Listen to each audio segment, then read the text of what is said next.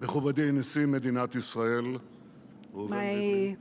the President of the State of Israel, thank you for having initiated and convening this important conference. אחיי ואחיותיי My ניצולי השואה, brethren, the Holocaust survivors, מכובדיי, distinguished guests, חסידי אומות the העולם, righteous amongst the nations, the righteous among the nations who risked not only their own lives, but the lives of their families to save Jews during the Holocaust.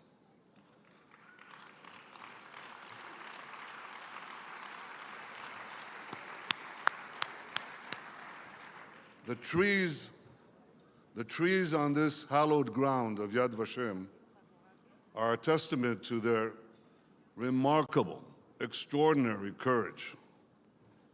Your Majesties, Your Royal Highnesses, Presidents, Mr. Vice President, Prime Ministers, and the many distinguished guests and dignitaries assembled here. Your presence in Jerusalem honors the memory of the 6 million victims of the Holocaust. Israel and the Jewish people, thank you.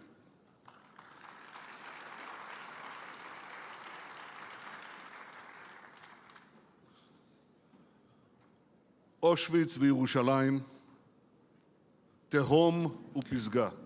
Auschwitz and Jerusalem, Auschwitz, an abyss and a summit. Auschwitz, the destruction. Jerusalem, the resurrection. Auschwitz was the incarceration, enslavement. Jerusalem is freedom, liberty. Auschwitz was death. Jerusalem is life. 75 years ago, our people, the Jewish people, were liberated from the valley of death. It was the biggest ever, the greatest ever in the history of mankind. No one of those who survived have forgotten a thing. The helplessness, the insufferable moments that never ended, the flames, the smoke, and the mourning, the loss.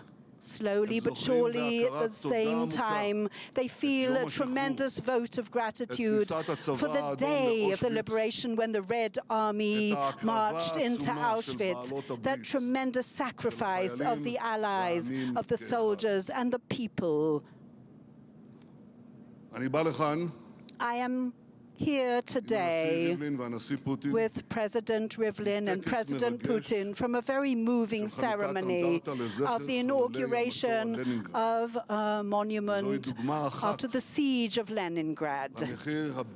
And that is one of the intolerable actual realizations of what that victory over the Nazism was. But on such a day, it is incumbent upon us to say, for the 6 million people of our people, 1.5 million children amongst them, that those gates of hell were broken into too late. And therefore, in the foundation of the resurrection and this inception of the State of Israel, there is one decree: there will never be another Holocaust.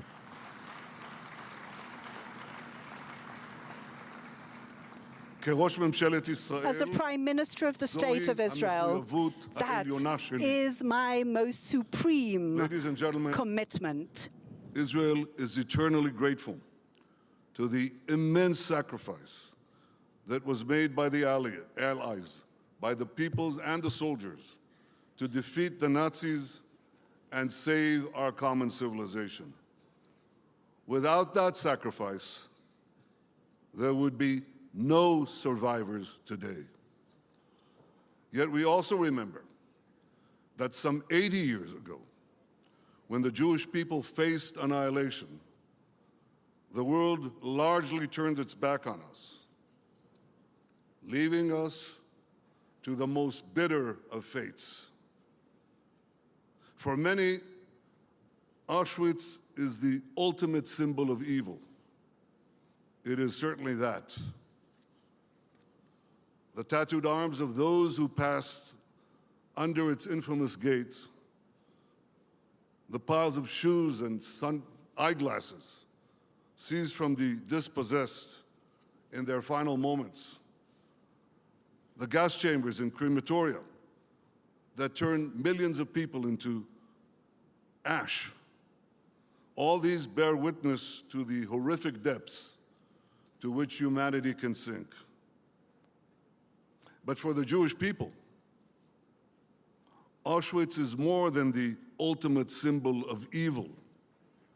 It is also the ultimate symbol of Jewish powerlessness. It is the culmination of what can happen when our people have no voice, no land, no shield. Today, we have a voice, we have a land, and we have a shield.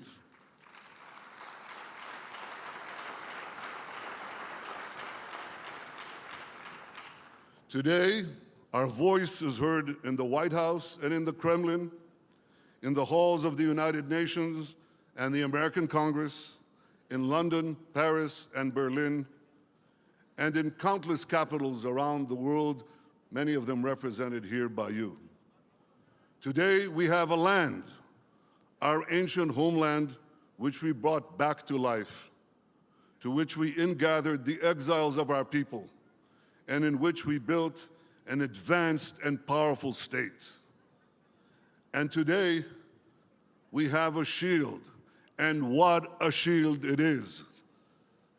Time after time, the strength of our arms, the courage of our soldiers, and the spirit of our people have prevailed against those who sought to destroy us.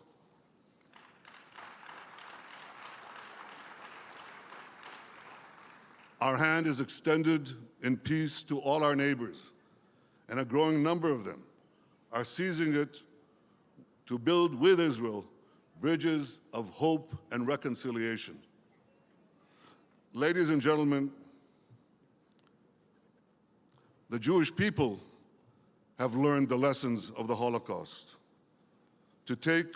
always to take seriously the threats of those who seek our destruction, to confront threats when they are small, and above all, even though we deeply, deeply appreciate the great support of our friends, to always have the power to defend ourselves by ourselves.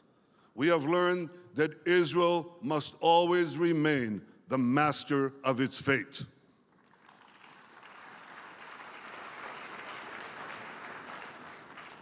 The Jewish state has learned the lessons of the Holocaust, as the world learned the lessons of the Holocaust. There are some signs of hope, and this extraordinary gathering is one of them. Today, the dangers of racism, hateful ideologies, and anti-Semitism are better understood. Many recognize a simple truth, that what starts with the hatred of the Jews doesn't end with the Jews. Represented here today are governments that understand that confronting anti-Semitism in all its forms protects their societies as well. And Israel deeply appreciates this. We also appreciate, as many understand, as President Macron said yesterday, that anti-Zionism is merely the latest form of anti-Semitism. These are all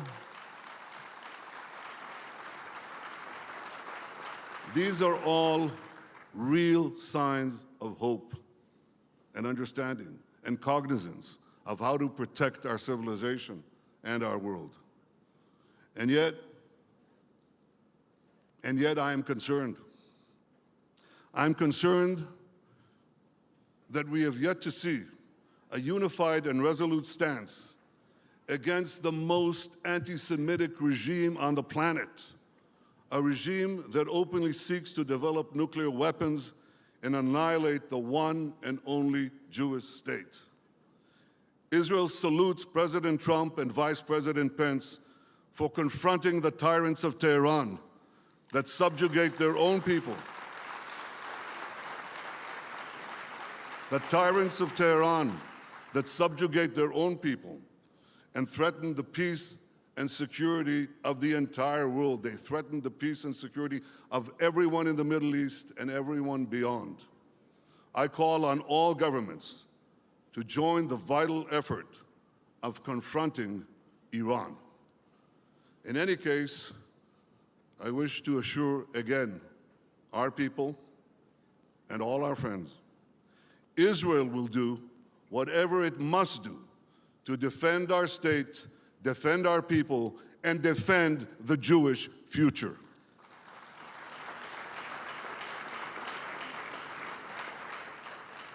גבירותיי ורבותיי, Ladies and gentlemen, כראש ממשלת ישראל, as the Prime Minister of the State of Israel, I obligate myself, I commit that those words, never again, will not be an empty slogan, but it will be an ongoing decree, an imperative that must be followed, continuing and following that voyage of resurrection that started in Isaiah's day of the dry bones, from enslavement to liberty and freedom, from Auschwitz to Jerusalem, from darkness to light, in the words of Isaiah the prophet. For the people walking in the darkness, they saw a great light. Thank you very much, one and all.